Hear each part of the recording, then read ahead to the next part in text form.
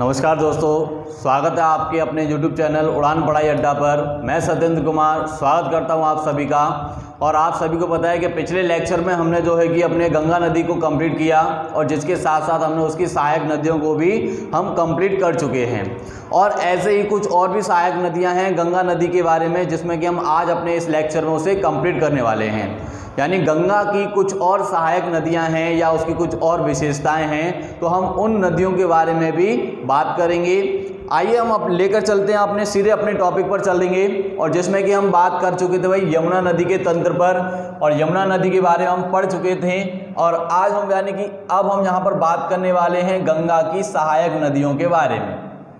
गंगा की सहायक नदियाँ, तो ये पॉइंट आपके लिए जो है कि भाई सहायक नदियों को हम कंप्लीट कर रहे थे। और जिसमें कि मैंने आपको कुछ नदियों के बारे में हम कंप्लीट कर चुके हैं। जैसे कि हम यमुना नदी की बात कर रहे थे, यमुना को हम कंप्लीट कर चुके हैं। यमुना की सहायक नदी चंबल को हम कंप्लीट कर चुके हैं। घाघरा को भी हम कंप्लीट कर चुके हैं। तो ऐसी कई सारी नदियाँ हैं जिन्हें हम रिवर, जितनी भी हमारी नदियाँ हैं उन सभी नदियों को हम कंप्लीट कर चुके हैं।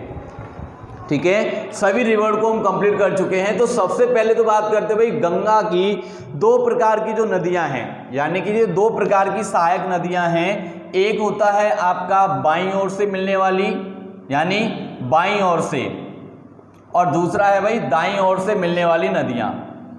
तो यहाँ हम दाईं ओर से और बाईं ओर से दोनों नदियों पर डिस्कस करेंगे कि भाई बाईं ओर से मिलने वाली कौन कौन सी नदियां हैं और दाईं ओर से मिलने वाली कौन कौन सी नदियां हैं। जिसमें कि भाई सबसे पहले हम बात करते हैं बाईं ओर की। तो बाईं ओर से मिलने वाली जो नदियां हैं, जैसे कि रामगंगा है, घाघरा है, कोसी नदी है। मैं लिख देता हूं, रामगंगा, ठीक है, कोसी, गंडक, रामगंगा, कोसी, गंडक, शारदा, ठीक है, रामगंगा, कोसी, गंडक, शारदा।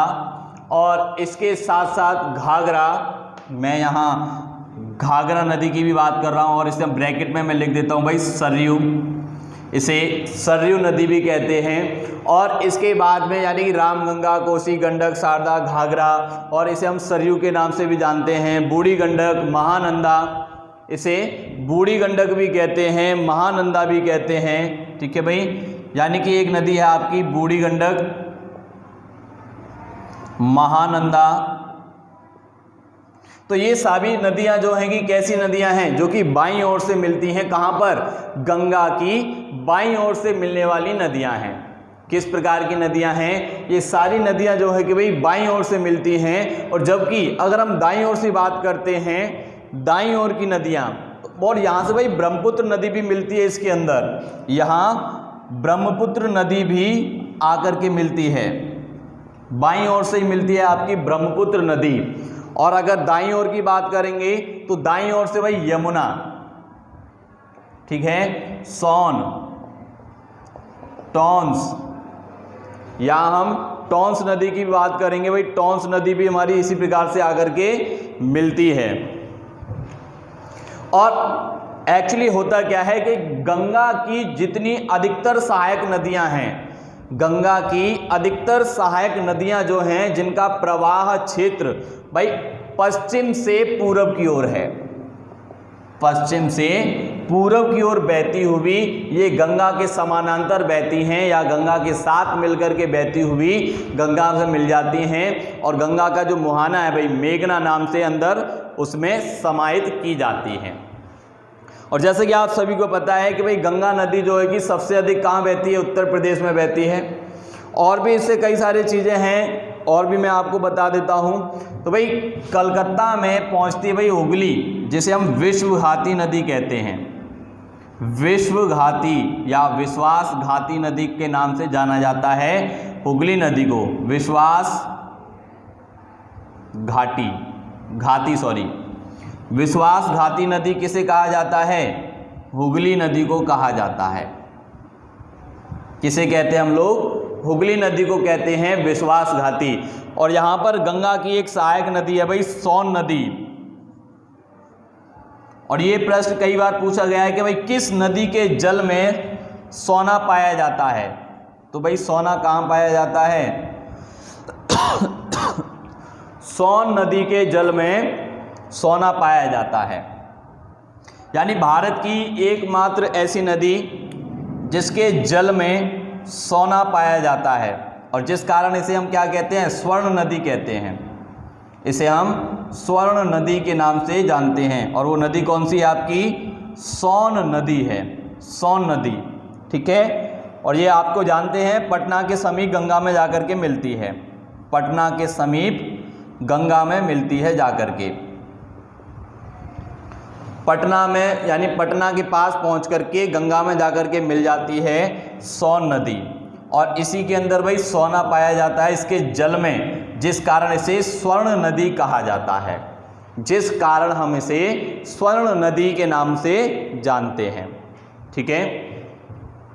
उत्तर प्रदेश की हम बात करते हैं तो भाई उत्तर प्रदेश में ये नदी यानी कि गंगा नदी जो है कि अगर हम उत्तर प्रदेश की बात करते हैं, देखिए मैं यहाँ पर आपको कुछ पॉइंट बता देता हूँ। तो कुछ संगम पूछ ले जाते हैं आपसे कि भाई गंगा नदी का जो संगम है, या जो हम बात करें गंगा की सहायक नदियों के संगम, तो गंगा की सहायक नदियों के संगम, सहायक नदियों के संगम। ठीक है। तो मैं एक तरफ भाई संगम स्थल और दूसरी तरफ उसकी नदियां, तो ये है आपका संगम स्थल।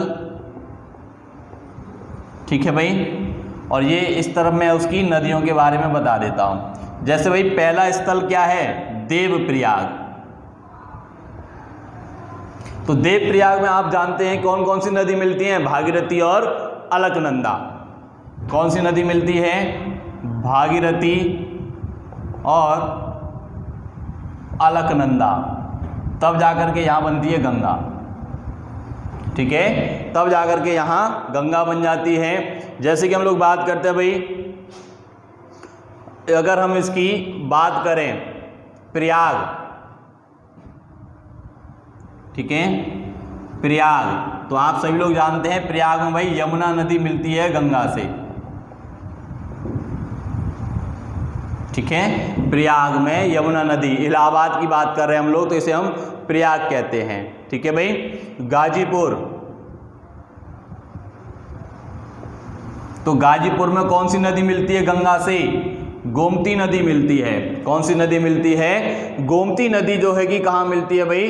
गाजीपुर में मिलती है। किससे? गंगा से मिलती है। और अगर हम इसकी बात करते हैं और नदियों की बात करें भाई छपरा, तो छपरा में कौन सी नदी मिलती है आपकी? छपरा में कौन सी मिलेगी भाई? घाघरा, सरयू। सरयू नदी जो है कि आपके छपरा के निकट यानी छपरा पहुंच करके कहाँ मिलती है? गंगा से मिलने का काम करती है। किससे मिलेगी? गंगा से मिलेगी। जैसे कि हम बात करते हैं भाई पटना, तो पटना में सोन नदी मिल रही है।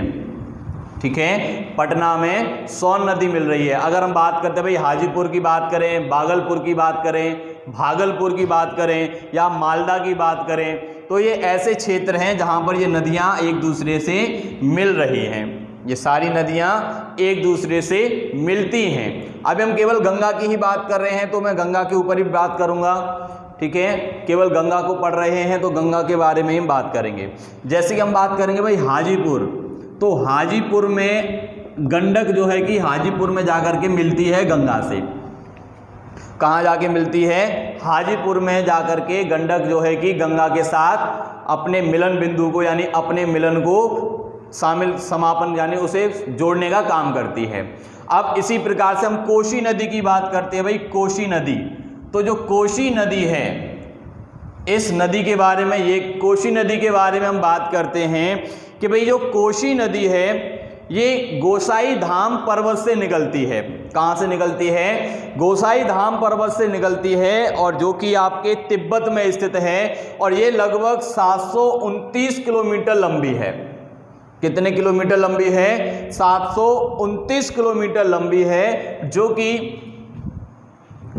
और ये आपके भागलपुर में जाकर के मिलती है गंगा से। कहाँ जाकर के मिलती है? भागलपुर में जाकर के गंगा के साथ मिल जाती है। यहां तक समझ में आया। और एक है आपकी महानंदा। महानंदा, तो जो महानंदा नदी है, सॉरी मैंने आपको यहाँ नदी का नाम लिख देता हूँ, महानंदा नदी, तो ये मालदा में जाकर के मिलती है गंगा के साथ। तो ये हमारी गंगा की कुछ प्रमुख नदियां हैं जो इसके प्रमुख स्थल हैं जहां पर गंगा से जाकर के मिल जाती हैं। ये नदियां गंगा में जाकर के मिल जाती हैं। समझ में आया भाई यहां तक? एक सेकेंड ना,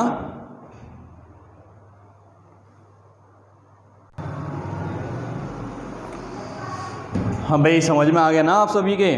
अब इससे आगे हम लोग बात करेंगे। अब हम यहाँ पर, ये तो हो गया आपके गंगा की सहायक नदियों का संगम जो कि गंगा में आकर के मिलती हैं। इन स्थानों पर जाकर के ये नदियाँ इसमें मिल जाती हैं। अब इसके बाद हम बात करेंगे गंगा के प्रवाह क्षेत्र के बारे में कि भाई भारत के किस राज्य में कितने प्रतिशत यानी कितने वर्ग किलोमीटर में गंगा नदी बहने का काम करती है। यानी जो गंगा नदी है भारत के कितने राज्यों से होकर के और सर्वाधिक किस राज्य में बहती है, तो ये सारी चीज़ें हम उसी तरीके से टॉपिक पर चर्चा करेंगे। देखिए तो हेडिंग क्या रहेगी हमारी? हेडिंग है हमारे भाई भारत में गंगा के जल प्रवाह क्षेत्र का विवरण। ठीक है, गंगा का या गंगा के जल प्रवाह क्षेत्र का वितरण, क्षेत्र का विवरण मतलब भारत के किस राज्य में कितनी क्षेत्र पर जो है कि ये नदी बहने का काम कर रही है। तो मैं एक तरफ भाई आपके लिए जो भी है मैं सारे डिस्कस यहाँ पर एक तरफ राज्य लिख देता हूँ और फिर उसके प्रवाह क्षेत्र की हम बात करेंगे कि किस किस राज्य से होकर के गुजर रही है। तो भारत में सबसे अधिक जो बहती है भाई उत्तर प्रदेश राज्य में बहने का काम करती है। ठीक, और इसके बाद आता है आपका मध्य प्रदेश और फिर इसके बाद आता है आपका बिहार। यानी उत्तर प्रदेश में बहती हुई मध्य प्रदेश, मध्य प्रदेश से बिहार में जाती है, बिहार से राजस्थान और राजस्थान से पश्चिम बंगाल, पश्चिम बंगाल से हरियाणा होते हुए और सीधे हिमाचल प्रदेश और दिल्ली में तक बहने का काम करती है। ठीक है भाई, यानी कि ये राजस्थान, पश्चिम बंगाल, उत्तर प्रदेश, मध्य प्रदेश, बिहार, राजस्थान, पश्चिम बंगाल, हिमाचल प्रदेश, हरियाणा, यहाँ मैं हरियाणा लिख देता हूँ, हरियाणा, हिमाचल प्रदेश, हिमाचल और दिल्ली।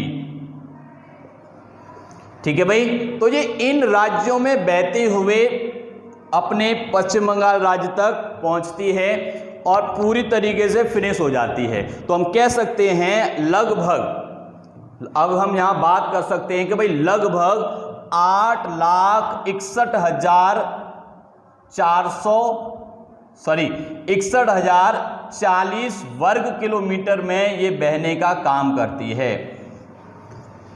और जिसमें से सबसे अधिक जो कार्य है वो भाई कहाँ है? आपके उत्तर प्रदेश में 2,94,438 वर्ग किलोमीटर में ये बहने का काम करती है।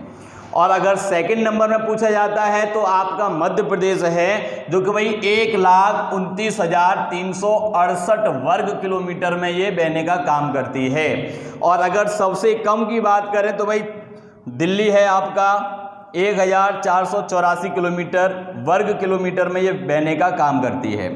1,484 वर्ग किलोमीटर में बहती है कहाँ? दिल्ली के अंदर। और अगर हिमाचल की बात करते हैं हिमाचल प्रदेश में तो भाई 4,317 किलोमीटर स्क्वायर में ये बहने का काम करती है। ठीक है, तो ये इसके प्रवाह क्षेत्र हैं। क्या हैं? प्रवाह क्षेत्र, यानी कि ये इसका जो जल है इस प्रकार से ये बहती हुई भारत के इन तमाम राज्यों से होकर के गुजरती है। और अगर हम बिहार की बात करते हैं तो भाई बिहार में लगभग 1 लाख से ऊपर, ठीक है, मैं यहाँ भाई 98,000, 1,43,404 वर्ग किलोमीटर में बहने का काम करती है। और जबकि अगर हम राजस्थान की बात करते हैं तो भाई राजस्थान में 1,12,340 वर्ग किलोमीटर की बात करेंगे। और अगर वहीं पश्चिम बंगाल की हम बात करते हैं तो ये आपके 71,442 किलोमीटर में बहती है।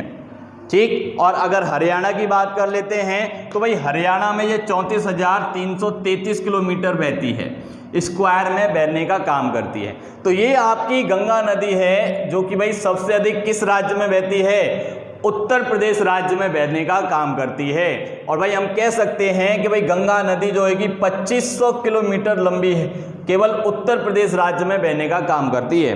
2525 किलोमीटर के अकॉर्डिंग अगर केवल 2500 किलोमीटर की बात करते हैं तो वो केवल इस राज्य में बहती है, आपके उत्तर प्रदेश राज्य में।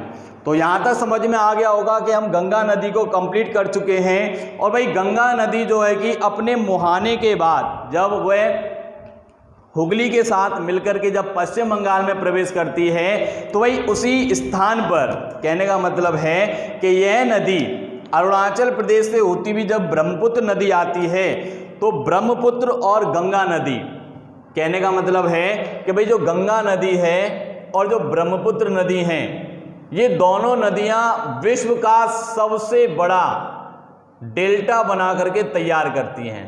विश्व का सबसे बड़ा डेल्टा बना करके तैयार करती हैं, जिसे हम कहते हैं भाई सुंदरवन डेल्टा। क्या कहा जाता है, सुंदरवन डेल्टा कहा जाता है। और जो कि आपका कहाँ स्थित है, पश्चिम बंगाल राज्य में स्थित है। कहाँ स्थित है ये, पश्चिम बंगाल राज्य में स्थित है। यहां तक समझ में आया भाई, कहाँ है, पश्चिम बंगाल राज्य में स्थित है। ठीक है,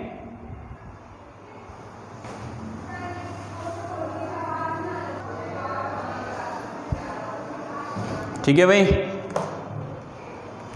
अब इसके बाद तो ये पॉइंट तो समझ में आ गया आपके। और फिर उसके बाद में ये पश्चिम बंगाल से होती भाई इसकी दो धाराएं निकल जाती हैं, एक आपकी हुगली, ठीक है, और दूसरी बनती है मेघना। तो हुगली कहाँ पहुंच जाती है भाई, बांग्लादेश। तो बांग्लादेश में हम इसे पद्मा कहते हैं। क्या कहते हैं, पद्मा कहा जाता है इसे बांग्लादेश में। और ये मेघना बन के पहुंच जाती है कहाँ, बंगाल की खाड़ी में जाकर के गिरती है।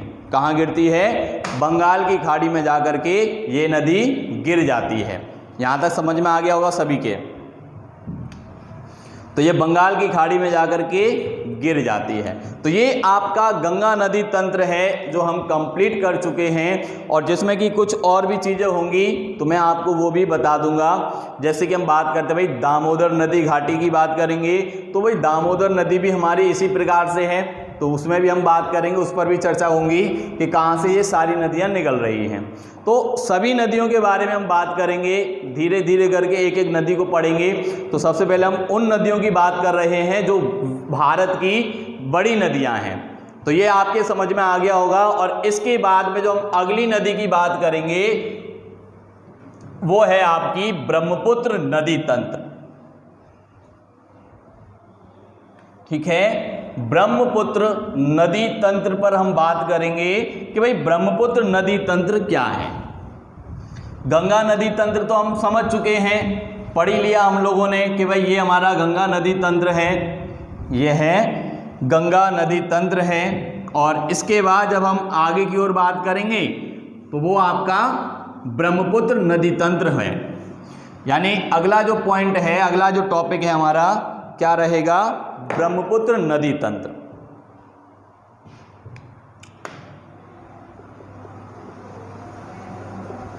ब्रह्मपुत्र नदी तंत्र।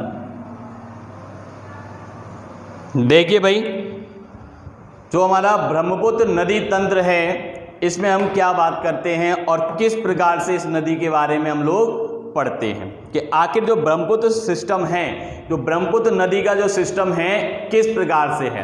क्योंकि यह एक ऐसी नदी है जो केवल भारत में ही नहीं बल्कि दूसरे देशों में भी बहने का काम करती है। भारत में ही नहीं बल्कि दूसरे देशों में भी बहती है। जैसे कि हम बात कर रहे थे भाई सिंधु नदी, तो जो सिंधु नदी है तिब्बत में भी बहती है, भारत में भी बहती है, पाकिस्तान में भी बहती है, अफगानिस्तान में भी बहेगी। ठीक है, तो ये कुछ नदियां हैं जो विश्व की नदियां हैं, जो कि विश्व के इंटरनेशनल लेवल पर बात करते हैं। तो जब हम सिंधु नदी को पढ़ रहे तो मैंने आपको वहाँ 1960 के अंदर एक सिंधु समझौता हुआ था, तो वो मैंने आपको नहीं बताया होगा। तो वो मैं यहाँ डिस्कस कर लेता हूँ। जैसे भाई 1960 के तहत सिंधु नदी समझौता हुआ, तो जिसमें क्या हुआ कि भाई भारत जो है सिंधु नदी और उसकी सहायक नदियों का केवल 20% जल का प्रयोग कर सकता है। कहने का मतलब है कि भाई सिंधु नदी और उसकी जो सहायक नदियां हैं, भारत केवल उसके 20% को ही 20% जल का यूज कर सकता है, बाकी सब कौन करेगा? पाकिस्तान यूज करेगा। यानी 80% जो उसका पास जल है उसका प्रयोग कौन करेगा? पाकिस्तान करेगा। ठीक है। और इसी प्रकार से हम ब्रह्मपुत्र की बात करेंगे तो ब्रह्मपुत्र भी इसी प्रकार की नदी है। ब्रह्मपुत्र भी इसी प्रकार की नदी है जो कि भारत के अनेक राज्यों से होते हुए गुजरती है और अनेक राज्यों से होकर के भारत में बहने का काम करती है। चाहे वो आपका अरुणाचल प्रदेश हो, असम हो, पश्चिम बंगाल हो, मेघालय हो या नागालैंड हो, सिक्किम हो, तो ये सभी राज्यों में बहते हुए भारत से होकर के गुजरती है। तो इसे कहा जाता है भाई ब्रह्मपुत्र नदी तंत्र। तो सबसे पहला पॉइंट यही आता है कि भाई ब्रह्मपुत्र नदी जो है, ये जहाँ हम बात करते हैं जो ब्रह्मपुत्र बेसिन है या नदी बेसिन है, ये 4 देशों में फैला हुआ है। कितने देशों में फैला है? 4 देशों में फैली हुई है ब्रह्मपुत्र नदी। तो हम यहाँ मैं आपको बता देता हूँ सबसे पहला पॉइंट कि भाई ब्रह्मपुत्र नदी सिस्टम जो है, यानी जब हम नदी तंत्र की बात करते हैं ब्रह्मपुत्र के बारे में, तो ये 4 देशों में फैली हुई है। कितने देशों में बहती है? 4 देशों में बहने का काम करती है। 4 देशों में बहती है। ठीक, 4 देशों में बहती है, जिसमें से भाई एक पहला देश चाइना, पहला देश चाइना। दूसरा देश, अगर हम चाइना के बाद दूसरे देश की बात करते हैं, भूटान। कौन सा देश है? भूटान। दूसरा देश क्या है? भूटान है। और तीसरा देश क्या है भाई आपका? भारत। कौन सा देश है? भारत। और चौथा देश है आपका बांग्लादेश। चौथा देश क्या है? बांग्लादेश। तो इस प्रकार से यह नदी इन चारों देश में अलग अलग नामों से भी जानी जाती है। कहने का मतलब क्या है? हम इसे अलग अलग नाम से भी जानते हैं। जैसे कि भाई चाइना की अगर हम बात करते हैं, अगर हम इस नदी की बात करते हैं कि भाई चाइना के अंदर यह नदी सांगपो के नाम से जानी जाती है। किस नाम से जानी जाती है? सांगपो कहा जाए। ठीक है। और चलिए आगे बढ़ेंगे हम लोग। अब हम इसके उद्गम स्थल की बात करेंगे। भाई ये निकलती किससे है? ठीक है, कहाँ से निकलती है वही देखेगा। किस प्रकार से ये नदी जो है कि निकलेगी और किस प्रकार से ये नदी बहने का काम करेगी। ठीक है।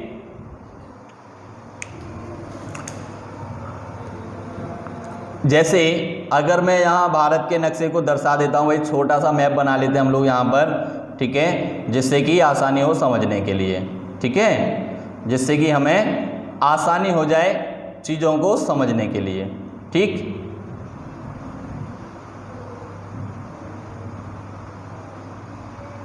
देखिए भाई ये हमारा तिब्बत। ठीक है, और इस तिब्बत के अंदर एक झील बसी हुई है जिसे हम लोग मानसरोवर कहते हैं।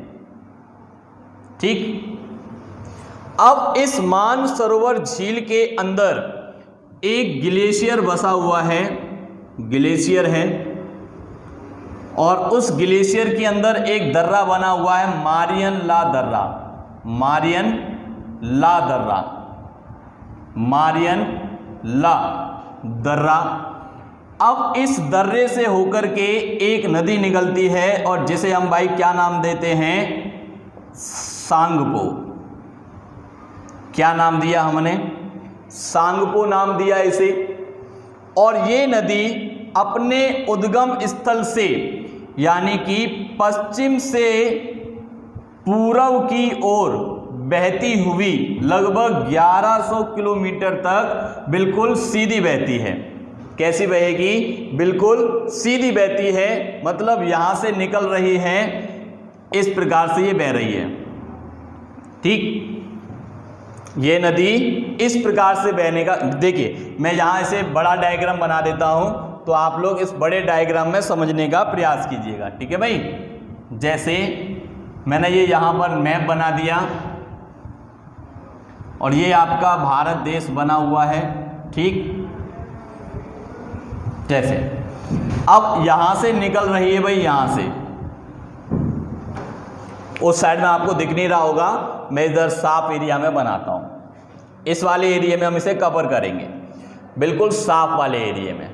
देखिए भाई, ठीक है, केवल समझाने के लिए मैं बात कर रहा हूं इसकी। तो ये है आपका भाई मानसरोवर, चेमायुंगडुंग और मारियनला दर्रा, और ये यहां से निकल रही है भाई, इस प्रकार से ये बह रही है। ठीक, और 1100 किलोमीटर तक बहेगी बिल्कुल सीधी। कितने किलोमीटर बहेगी? 1100 किलोमीटर बहती है, बिल्कुल सीधी बह रही है, बिल्कुल सीधी। अब 1100 किलोमीटर बहने के बाद अभी भी ये किसके नाम से जानी जा रही है भाई? सांगपो के नाम से जानी जा रही है। अभी हम इसे सांगपो के नाम से ही जान रहे हैं। ठीक है, अब ये नदी यहां से बहती हुई कहां पहुंची भाई? भूटान। अब भूटान के अंदर इसे नाम चेंज कर दिया गया भाई। ये नदी अभी तक कहां बह रही थी? तिब्बत में बह रही थी, यानी कि चाइना में। ठीक है भाई, क्योंकि चाइना जो है तिब्बत चाइना के अंडर में है। अब इसके बाद ये नदी कहां पहुंची? भूटान के अंदर पहुंच गई। तो भाई भूटान में इसे एक नया नाम दे दिया गया, और वो नाम क्या गया भाई? सियांग। क्या नाम दिया गया? सियांग नदी। किस नदी से जान रहे हैं हम इसे? सियांग नदी के नाम से जान रहे हैं। अब ये निरंतर फिर से बह रही है। अब ये जैसे ही बहना शुरू करेगी, ये नदी जैसे ही बहना शुरू करती है, तो भाई भारत के अरुणाचल प्रदेश में यहाँ पर एक हिमालय का एक पर्वत पड़ता है, यानी हमारा हिमालय पर्वत है, और उसकी एक चोटी पड़ती है जिसे हम नामचा वरवा कहते हैं। क्या कहते हैं? नामचा वरवा चोटी कहा जाता है। क्या कहा जाता है? नामचा वरवा। जैसे कि भाई ये है आपकी, अब यहां से ये नदी निकल रही है, इस प्रकार से बह रही है, तो यहां तक तो ये सांगपो के नाम से जानी जा रही है। जैसे ये भूटान में एंट्री करेगी तो भाई इसका नाम क्या हो गया? सियांग हो गया। ठीक, अब इससे आगे ये निरंतर बह रही है। अब यहां पर ये एक पर्वत आ गया, तो भाई, और ये अरुणाचल प्रदेश है भारत का। अब ये इस पर्वत से टकराती हुई और इस प्रकार से बहती है भारत के अंदर, और जब ये यहां से बहती है तो ये दो धाराओं में बढ़ जाती है, लोहित और दिबांग। ठीक है, दिबांग और लोहित के नाम से ये दो धाराएं आपस में यहां पर निकलती हैं और ये बट जाती हैं, और ये दोनों धाराएं एक स्थान पर जाकर के मिल जाती हैं भाई, पासी घाट। और जब ये पासी घाट पर जाकर के मिलती हैं तो ये नदी ब्रह्मपुत्र के नाम से बहती है भारत के अंदर। समझ में आया? किसके समझ में नहीं आया भाई? यहां तक मैं इसे एकदम क्लियर बता देता हूं, साफ साफ। ठीक है, देखिए भाई, ये तो भाई आपका चाइना है। अब ये आ गया आपका भूटान, तो भूटान में सांगपो के नाम से सांगपो बन गया ये। अब इसके बाद में जब हम आगे की ओर, यानी कि ये यहाँ पर एक नामचा वरवा पर्वत है, और सेम यहीं पर बना हुआ ये आपका भारत देश है। ठीक है, ये भारत का ही क्षेत्र है एक, इस प्रकार से, और ये यहाँ से होते हुए इस प्रकार से गुजरती है। तो जैसे ही यहाँ पर मोड़ आता है तो इस मोड़ पर ये दो धारों में बढ़ जाती है और इस स्थान पर जाकर के मिलती हैं, जिसे हम कहते हैं पासी घाट। और फिर उसके बाद में ये अरुणाचल प्रदेश, ठीक है, अरुणाचल प्रदेश, मेघालय, नागालैंड, सिक्किम, पश्चिम बंगाल, असम, भारत के इन राज्यों में बहते हुए बांग्लादेश में प्रवेश कर जाती है। ठीक है भाई, यहाँ ये बांग्लादेश में पहुँचते ही इसी का नाम चेंज हो जाता है जमुना। किस नाम से जानी जाती है? जमुना के नाम से जानी जाती है भाई बांग्लादेश के अंदर। किसके नाम से जानी जा रही है? बांग्लादेश के अंदर यही नदी किसके नाम से जानी जा रही है भाई? जमुना के नाम से जानी जा रही है। और इसकी कुछ सहायक नदियां भी हैं, जैसे कि हम लोहित की बात करें, दिबांग की बात करें, सुबनसिरी की बात करें, या हम धनसिरी की बात करें, मानस की बात करें, सरकोस की बात करें, या तीस्ता नदी की बात की जाए, तो ये इसकी कुछ सहायक नदियां हैं जो कि इसके साथ मिलकर के बहने का काम करती हैं। ये नदियां इसके साथ मिलकर के बहने का काम करती हैं। और अगर इसके क्षेत्रफल की अगर हम बात करते हैं, किसकी बात करें? अगर हम लोग ब्रह्मपुत्र नदी की बात करते हैं तो यह भाई लगभग 2990 किलोमीटर लंबी है। लेकिन इसमें से भाई ये 2990 किलोमीटर लंबी है, तो क्या ये भारत के अंदर थोड़ी ना बहेगी? कहने का मतलब क्या है कि भाई ब्रह्मपुत्र नदी जो है, जो 2990 किलोमीटर बह रही है, या 2900 किलोमीटर की हम बात करते हैं, जो इसका ये 2900 किलोमीटर लंबी है, तो ये 2900 किलोमीटर पूरी भारत में नहीं बह रही है, भारत में नहीं बहेगी। तो भाई भारत में ये इस प्रकार से बहती है, ठीक है, ये नदी इस प्रकार से बहने का काम करती है। ठीक है, एक सेकंड भाई।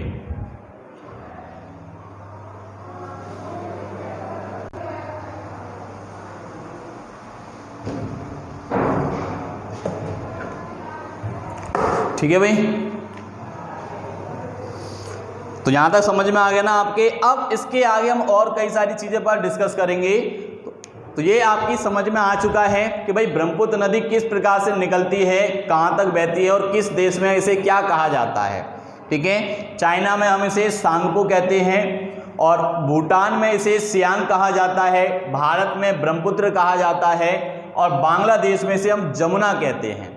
समझ में आ गया, इसे जमुना कहा जाता है। चले, और जबकि अगर हम भारत की बात करते हैं कि भारत के अंदर ये नदी भाई केवल, वैसे टोटल दूरी कितनी इसकी 2900 किलोमीटर है। कितना है? 2900 किलोमीटर है ये पूरी। और जिसमें से अगर भारत की बात करें तो भाई 916 किलोमीटर ये भारत के अंदर बहती है।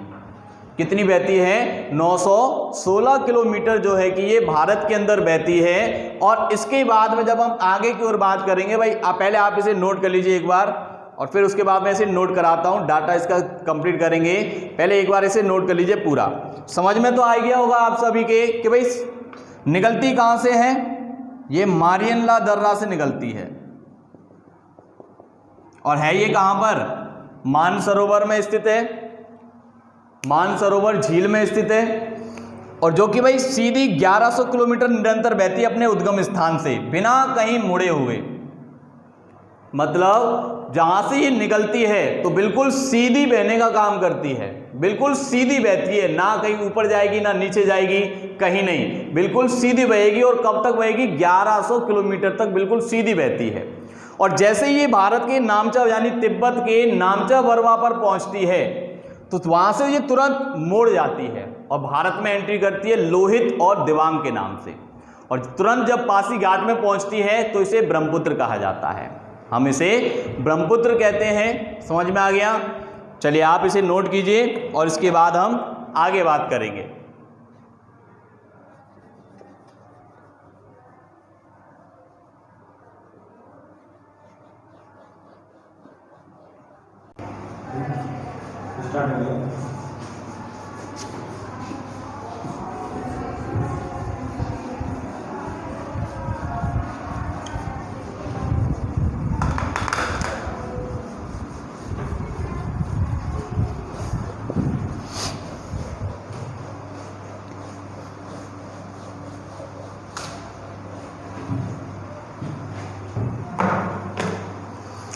चलिए अब आगे बढ़ेंगे हम लोग।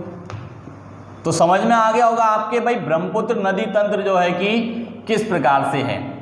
अब सबसे पहले हम इसके कुछ नोट्स करेंगे। तो आपको नोट क्या करना है भाई? उद्गम स्थल निकलती कहां से है? मानसरोवर झील में स्थित, मानसरोवर झील के निकट मारियन ला दर्रा से, मारियन ला दर्रा से निकलती है। ठीक है, कुल दूरी कितने किलोमीटर है भाई? 2900 किलोमीटर है। और अगर हम भारत की बात करें कि भाई भारत में कुल दूरी तो 916 किलोमीटर है। भारत में कितनी है? 916 किलोमीटर है। अब भारत में भाई नदी है, कितने देशों में बहती है? 4 देशों में बहती है। प्रवाह क्षेत्र की बात करें तो 4 देशों में है।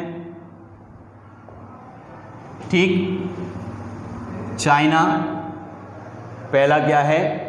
चाइना, दूसरा भूटान, तीसरा भारत, चौथा बांग्लादेश। नाम भी मैं बता देता हूं भाई, किस देश में से क्या कहते हैं। सांगपो, सियांग। वैसे मैं अपने इससे पहले जो समझा रहा था मैं सब कुछ क्लियर कर चुका हूं। भारत में ब्रह्मपुत्र, बांग्लादेश जमुना। ठीक है, सहायक नदियों की बात करें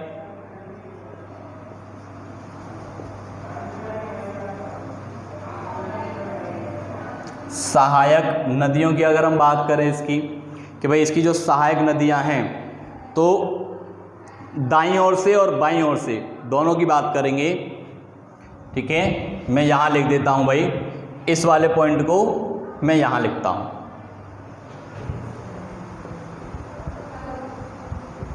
सहायक नदियाँ तो वही 2 प्रकार की हैं, दाईं ओर से मिलने वाली और बाईं ओर, दाईं ओर और बाईं ओर। तो दाईं ओर से कौन कौन सी मिलेगी भाई? तो दाईं ओर से मिलने वाली दिबांग, लोहित, सुबनसिरी। मैं यहाँ लिख देता हूँ दिबांग, लोहित, सुबनसिरी, मानस, धनसिरी। ठीक है, मानस, धनसिरी, समझ में आ गया। अब हम बाईं ओर से बात करेंगे भाई, बाईं ओर से मिलने वाली कौन कौन सी नदियां हैं। जैसे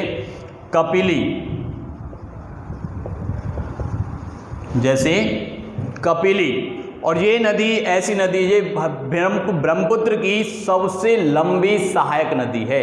कहने का मतलब है कि भाई ये नदी जो है कि इसके साथ काफ़ी निरंतर लंबे समय तक रहती है। दिशांग, ठीक है, देखी, दिशांग, देखी। ठीक, चलिए, तो ये इसकी सहायक नदियां हैं। समझ में आ गया होगा सभी के। तो ये है आपका ब्रह्मपुत्र नदी तंत्र के बारे में। और मैं आपको बता दूं कि भाई अपने उद्गम स्थल से 1100 किलोमीटर सीधी बहती है, सीधे प्रवाह क्षेत्र करती है। ठीक है, और अगर हम इसका अंतिम मुहाने की बात करें, इसका जो मुहाना है तो भाई बांग्लादेश से होती हुई बंगाल की खाड़ी में गिर जाती है।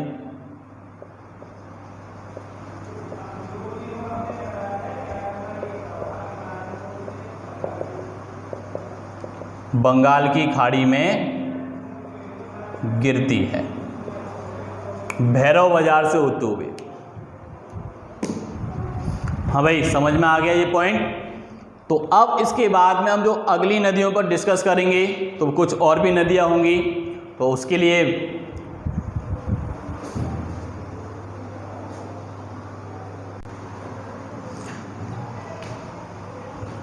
ठीक है भाई। अब इससे आगे जो है कि हम नेक्स्ट अगली बात करेंगे, जैसे कि मैंने ये आपको बताया कि भाई कपिली है, दिशांग, देखी है, तो ये सभी आपके ब्रह्मपुत्र की सहायक नदियां हैं। ये सभी ब्रह्मपुत्र की सहायक नदियां हैं। और जैसे कि हम बात करते भाई लोहित, तो लोहित जो है कि भाई निकलती कहाँ से है, तिब्बत से ही निकली हुई है, पूर्वी तिब्बत में ही निकली हुई है, और जो कि भाई सियांग के नाम से और भारत में क्या नाम से जानी जाती है, ब्रह्मपुत्र के नाम से ही जानी जाती है। तो इसमें जो है कि इन नदियों के बारे में हमें कुछ ज़्यादा डिटेल्स में नहीं पढ़ना है, केवल और केवल ब्रह्मपुत्र के बारे में पढ़ना है। वो मैं आपको यहाँ डिस्कस कर चुका हूँ, जैसे कि मैं आपसे पहले ही बता चुका हूँ कि भाई ब्रह्मपुत्र की सबसे लंबी सहायक नदी, ब्रह्मपुत्र की सबसे लंबी सहायक नदी, तो भाई सहायक नदी कौन सी है? अगर हम ब्रह्मपुत्र की सबसे लंबी सहायक नदी की बात कर रहे हैं तो वो है आपकी कपिली। ठीक है भाई, कौन सी नदी है? कपिली नदी है, जो कि ब्रह्मपुत्र की सबसे लंबी सहायक नदी है। और ये नदी, अगर हम कपिली की बात करते हैं तो भाई ये नदी भी आपके पूर्वी तिब्बत से ही निकलती है, और पूर्वी तिब्बत से निकलती है, और इसके साथ साथ ये नदी लगभग 711 किलोमीटर लंबी है, जो कि भाई ब्रह्मपुत्र के साथ मिलकर के ही बहने का काम करती है। ठीक है, सॉरी 1711 किलोमीटर लंबी है। कितनी है? 1711 किलोमीटर लंबी है, जो कि इसके साथ मिलकर के बहने का काम करती है। एक बात मैं आपको और बता देता हूं कि भाई ब्रह्मपुत्र को भारत के अंदर हम एक नए नाम से और जानते हैं, और उस नाम को भाई हम क्या कहेंगे? यानी कि ब्रह्मपुत्र को भारत में यारलुंग जाओ के नाम से भी जाना जाता है। यारलुंग जाओ के नाम से भी इस नदी को जाना जाता है, क्योंकि ये भी भारत के अंदर ही जाना जाता है। इस नदी को हम इस नाम से भी जानते हैं, यारलुंग जाओ नदी के नाम से जाना जाता है। समझ में आ गया भाई? अब इसमें से जैसे कि यहां पर बराक नदी है, तो बराक नदी भी भाई ब्रह्मपुत्र की सहायक नदियां हैं, और इसमें और भी कई सारे पॉइंट्स होंगे जो हम इन सभी नदियों के बारे में डिस्कस करेंगे। तो ये आपका ब्रह्मपुत्र नदी तंत्र है, जो कि समाप्त होता है। जो हमारा ब्रह्मपुत्र नदी तंत्र है समाप्त हो चुका है, और इसके बाद में जो हम नेक्स्ट टॉपिक आपने आता है, और वह है आपका प्रायद्वीपीय अपवाह तंत्र पर हम चर्चा करेंगे। क्योंकि हिमालय से निकलने वाली जितनी भी नदियां हैं, हम उन सभी नदियों को कंप्लीट कर चुके हैं। जो प्रमुख नदियां हैं, चाहे वो आपकी सिंधु नदी हो, ब्रह्मपुत्र नदी हो, गंगा नदी हो, और उनकी सहायक नदियां हैं, जो उनकी सहायक नदियां हैं, उन सभी नदियों पर हम चर्चा कर चुके हैं। और इसके बाद हम जो नेक्स्ट टॉपिक जो हमारा आता है वो है आपका प्रायद्वीपीय अपवाह क्षेत्र की हम बात करेंगे। द पेनिनसुलर ड्रेनेज की बात की जाएगी। किसकी बात करेंगे हम लोग? द पेनिनसुलर ड्रेनेज की बात करेंगे, और वो इस प्रकार से मौजूद है। ठीक है, तो ये आपको समझ में आ गया होगा पूरा पॉइंट। और मैंने आपको पहले बता दिया है कि भाई ब्रह्मपुत्र जो है कि गंगा के साथ मिलकर के सुंदरवन के डेल्टा का निर्माण करती है, जो कि विश्व का सबसे बड़ा डेल्टा है, जो विश्व का सबसे बड़ा डेल्टा बना करके तैयार करती हैं ब्रह्मपुत्र और गंगा। और इसे बांग्लादेश में किस नाम से? भाई जमुना के नाम से जाना जाता है। ठीक है, आगे बढ़ेंगे तो ये हमारे हिमालय की नदियां समाप्त होती हैं, और इसके साथ साथ जो हम नेक्स्ट टॉपिक पर बात करेंगे, जो कि आपका जो नेक्स्ट टॉपिक है, जिसमें कि हम लगातार प्रायद्वीपीय नदियों की बात करेंगे। जो हमारे दक्षिण भारत की नदियां हैं, प्रायद्वीपीय नदियां, अनेक प्रकार की कई सारी नदियां हैं जो कि जिन्हें हम प्रायद्वीपीय नदियों के नाम से जानते हैं। और इस वीडियो के साथ साथ या इस लेक्चर के बाद जो आपका नेक्स्ट लेक्चर जो होगा, जिसमें कि हम लोग बात करेंगे आपके प्रायद्वीपीय नदी तंत्रों के बारे में, अपवाह के बारे में, और जिसमें कि मैं आपको बता देता हूं कि ये वे नदियां हैं जो कि हिमालय से पहले बनी हुई नदियां हैं। यानी हिमालय की जो नदियां हैं उनसे पहले ही इन नदियों का निर्माण किया जा चुका है, और अनेक बार जो है कि हम इन नदियों के बारे में चर्चा कर चुके हैं। आपके ऑफलाइन क्लासेस में भी हम इन्हें कंप्लीट कर चुके हैं, और हमारे ऑनलाइन क्लासेस में भी हम कर रहे हैं। और साथ ही साथ आप सभी को पता ही है कि ज्योग्राफी क्लास हम स्टार्ट हुए और साथ ही साथ आप सब लोग बने रहिए साथ में। और इसके बाद जो हम नेक्स्ट लेक्चर जो लेकर के आएंगे वो आपका प्रायद्वीपीय नदियों पर रहेगा और बिल्कुल इंतज़ार रहेगा आप सभी को, और आपका इंतज़ार हम भी करते हैं। और आप इसी तरीके से भाई सभी लोग बने रहिए साथ में। और जब भी आप सभी को पता है कि लाइव क्लासेस आपकी स्टार्ट हैं और निरंतर कोई भी गैप नहीं है, सारी क्लासेस चल रही हैं, तो आप भी इसी तरीके से क्लास लेते रहिए। तब तक के लिए जय हिंद, धन्यवाद।